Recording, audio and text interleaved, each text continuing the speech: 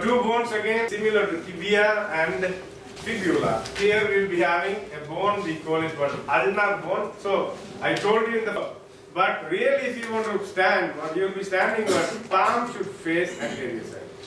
So now ulna is which side? Ulna will be medial, radius is lateral side. Clear?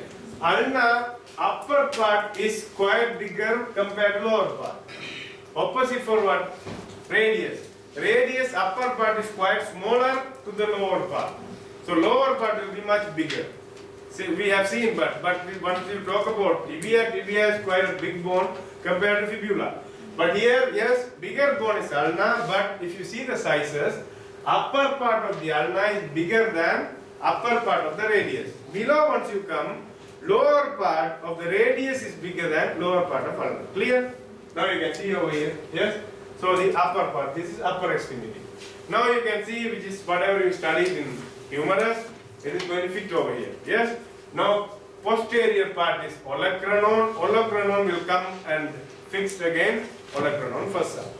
And in between starting to the anterior part of olecranon, there will be what? A big, what fossa? Trochlear fossa, yes? Trochlear fossa. It is not written, I will just show you somewhere. You can see over here, incisura trochlearis or trochlear fossa it is called. It is quite big. Why? It should attach where? In the trochlea of humerus. The most anterior part will be what? Processus coronoideus. So once you do flexion, processus coronoideus will come and fix where? Fossa coronoideus. Understood? Yes? Clear? Now you can see, yes? And now you can see at the upper border, you will be having one small incisura, or it will be notch for radius. So the head of radius will be having a circumferential area. It will come and attach to upper part of ulna. Through what? So this is the surface over here. You will be having incisura radialis. So we call it radial notch. If you see little below and behind this, you will be having a crista. This crista runs behind radial notch. This crista is called what? Crista for supinator muscle. So upper part we have what? Supinator muscle. Yes? Pronation, supination. Yes? So this supinator muscle is attached over here where you can see in this crista. Clear? Now we will see anterior part here. So you see, again here once we are coming, we will be having a 3 margin and 3 surfaces. Similar to what? Tibia. So the lateral margin of this will be called again similar to tibia, interosseous margin. Yes? Medial margin of radius will be called interosseous margin. Why? Here what will come and attach? Interosseous membrane, which is similar to what you can see what is there in the leg. Clear? And once you see anteriorly, just below this, once this margin is going up. Yes? Once this margin is going up, and below, once we are seeing tibia also we have seen, this margin will come up as tuberositas of ulna. There it was tuberosity of tibia. It will be tuberosity of ulna where muscle will be attaching over here. Understood? And you can see just come here, it will be anterior fascis. This will be called what? It is actually lateral margo, but we will be calling it what? Interosseous margo, because here will be attaching. It will be yes, interosseous membrane over here. You can find in the body there might be 1 or 2 nutrient foramen. Clear? Now we can go to the lower part. Once you are going to the lower part we have head. So upper extremity and the lower extremity is head. What is opposite you should remember is, for radius, head is up, lower extremity is bigger. So once it is coming down and down, it will become smaller. Yes? So what you can find over here, there once it is coming down, it is head of ulna. On the side there will be a small process. You can touch and find it over here. It is called what? Processus styloideus. There you will be finding in the leg, it is what? Medial malleolus. Yes? This is processus styloideus, which is there in the medial side. Yes? And in the side it will be radial. So it is processus styloideus of radius. Clear? Yes? Okay. Now you can see from other side, I showed you from the lateral side, interosseous margin is there, and it is coming down, and processus styloideus is there. And once it is coming head down, on its lateral surface, you will find a small notch again. We call it circumferencia articularis, where the lower part of radius will come and attach over here.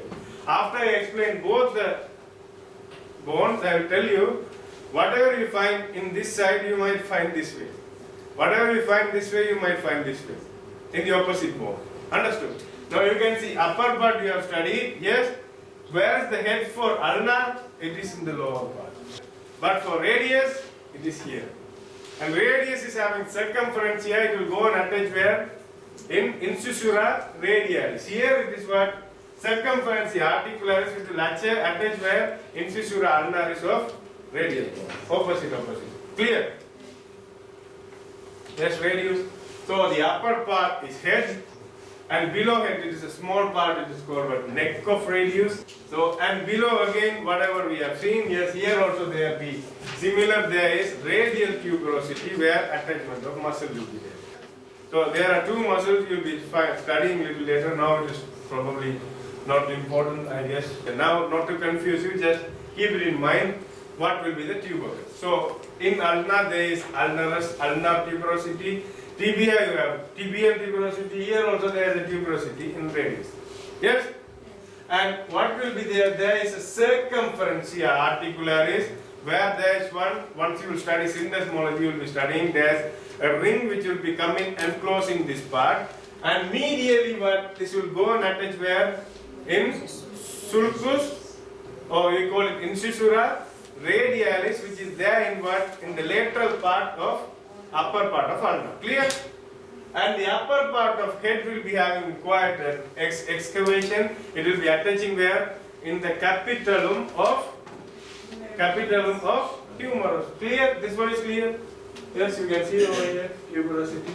Yes, column or neck, and it is running. Yes. And here again the medial line or the medial margin for here it will be lateral margin, here it will be medial margin, will be called interosseous. So now here what will attach? Interosseous membrane will attach and it will call it. Yes? Fibrous joint. Clear? Now we will go to the lower part. Opposite to that, here lower part is quite bigger. Lower part will be quite bigger. Now you can find over here, on the lateral side you can press and see, you will find what? Styloid process of radius bone. So you can see here and here. It is similar to here also. Malleolus medialis is quite upper than malleolus lateralis. Here radial is what? Styloid process is lower again. Lateral part is lower here. Lateral part is lower there. Understood? So you can find over here. Yes? Now you can see in the medial part, yes, there will be what? Incisura for ulna. So what will attach? Ulna will attach over here. Process.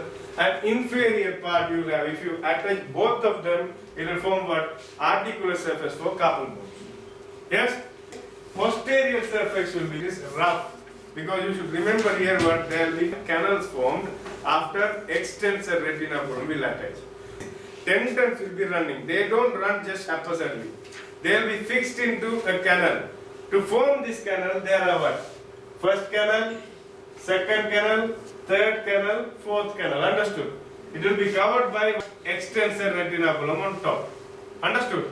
So the posterior surface of the radius is quite rough. Why? Because it will form canal later on, not now. Now for the canal you are finding sulcus. First canal sulcus, second canal sulcus, third canal sulcus, fourth canal sulcus. Yes? Between this third canal and fourth canal sulcus you will be having quite a big separation. We call it what? Tuberculum dorsale. Understood? It is just a separation between these sulcus. Once you will study myology, you will study this. Yes? Now you can see up what happens. Incisura trochlearis, olecranon, and this is what? Processus coronoideus, and here head, this will attach to capitulum, and the medial side of this is attaching to incisura of, yes, radialis. So this is what? Circumferencia. Here there will be, yes, a ring will come and attach. So here what? Movement will be pronation and supination, and at this level it will be flexion and extension. Clear? Once you come down, you can see over here, there will be what? Processus styloideus of radius, because radius is big, and this is processus styloideus of what? ulna, and it is attaching over here. You can see what both of them similar to that, and this is called what? Fasces articularis, or articular surface on carpal bone. So we will study what there are two lines of carpal bone. Upper line of carpal bone will form one convex cavity. So this is concave. It will come and attach over here to form what? Yes, or wrist joint we call it. Understood? Wrist joint. Is it clear? Okay. Whatever we explain similarly, it can be explained over here. Like triceps will come and attach to what? Olecranon process. Sometimes they can be, it will be severely pulled, which will cause what? Avulsion fracture, which I explained you last time. We use K-wire for this. Yes, we can use K-wire in this case. Then it can be what? There can be fracture at the level of what can? Usually it is seen in children. Once, yes, they are falling this way, it can be fracture. It can be neck fracture, and it can be different types of fracture. We will be seeing after this what are these fractures. For example, two fractures I want to say. Once it is breaking at the level, especially at the shaft of ulna and radius, what happens usually? Either it will bend anteriorly or posteriorly. It will depend on the tone of extensors or flexors. If brachioradial muscles are stronger, after breaking it will bend one anteriorly. If it is stronger, it will bend posteriorly. Usually, fracture at the level of ulna will bend posteriorly than anteriorly. Okay? So we have different types of fractures we will be seeing. Now, you will see this certain stuff. So you should know lateral epicondyle. Yes? Lateral epicondyle will be having what? Common extensor tendon will be attaching like this. We call it common extensor tendon attaches here. Later on you will study. People, we call it, this lateral epicondyle will be inflamed if you overuse this. For example, in case of tennis elbow. Why? They will be doing what? Yes? So overextension will lead to what? Inflammation of this. We call it lateral epicondylitis. Or another one name is called tennis elbow. Opposite condition we call it golfer's elbow. Why? Because this part, medial epicondyle, there will be common flexor tendon attached. Here what? These people do what? Golfer. So it is over flexion over here which gives what? Yes, which I already explained you. Supracondylar fracture. Yes, it is going to press. It can press median, brachial artery. It will be pressed anteriorly, but it can also include ulnar nerve and radial nerve. Even once they are repaired. Clear? Yes, two types of fracture. Again, I will be showing you. So here what happens? Yes, distal part of both shafts are broken. And I told you once they are broken, their displacement depends on muscle tone, anterior or posterior. And you just fall this way. Once you are falling this way, yes, and you are pressing this, and here tone is higher in the lower part, which is pulling it down. Yes? So you see, if you turn this, this is anterior. If you put this way, this will come posterior. So once you turn anterior, but we keep it to tell this is what? Fork. Yes? Table fork deformity will come in case of, we call it Colles fracture. What is Colles fracture? What happened? You break it, yes, distal part of shaft breaks, and once you are putting in, it is going down below. So you see what? It will be like this. It will be a shape of what? Table fork. So table fork appearance comes in. We call it Colles fracture. So you see the level of the distal bone is upper to the level of proximal part of the bone. So it goes below. Below. Goes below.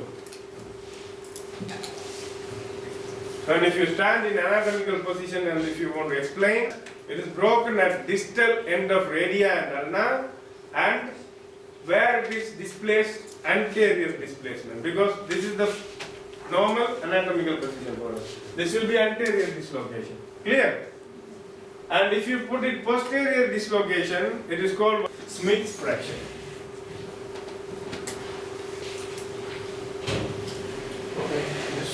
One, like two fractures, I'll tell you with names.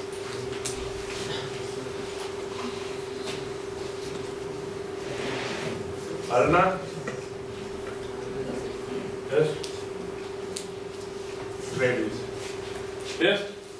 Distal part of ulna shaft is fractured, and most commonly how it will bend posteriorly. Once it is bending posteriorly, it will push radial head.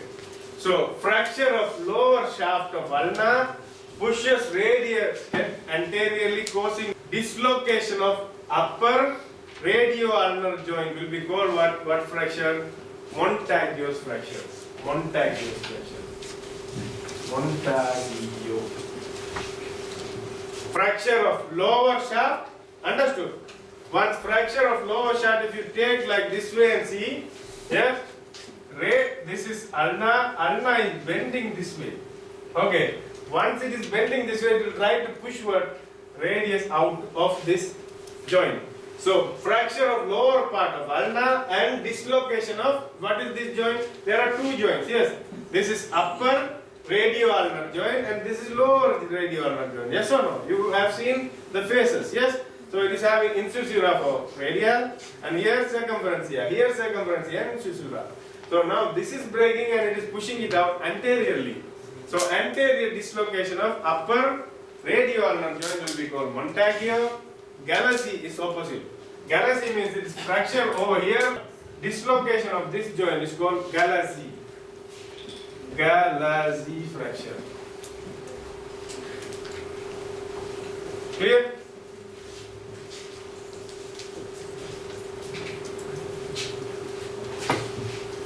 Okay, X-ray. Again, if you take X-ray, you should keep it in mind what as X-ray is running from posterior to anterior, the posterior things will be overlapping anteriorly. Yes? Condyles, instead of condyles, you will be having what? Capitulum. Yes? And here you will be having trochlea. And behind what is there? Olecranon. You can see this line is olecranon from posterior side. Understood? Then what you can find? That medial epicondyle is there. Yes? Radial head. Yes, ulna is coming over here.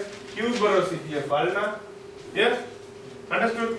And you can see over here. So this is on the lateral X-ray. And you can find what both of them. But if you take laterally, again we have what? Capitulum. And what else will be there? So if you take radial X-ray, it is going to come this way. Yes? Capitulum. Then it will come through trochlea. So capitulum is going to come this way and it is overlapping over here. Yes? This is trochlea. Clear? This is olecranon, which is posterior. Clear? Olecranon. So you can see over here, if you take like this, yes, olecranon comes posterior. So once it is coming this way, olecranon will overlap anteriorly, the trochlea. Now if you take this way, these two will overlap. Yes? Anteriorly, what is this process? We call it, what process is this? So here it will be what coming over here. You can see upper part. It is coronoid process and head of radial. They both will overlap. Why? X-ray is coming this way. Clear? Head of radius is overlapping on this part. Overlapping these two bones.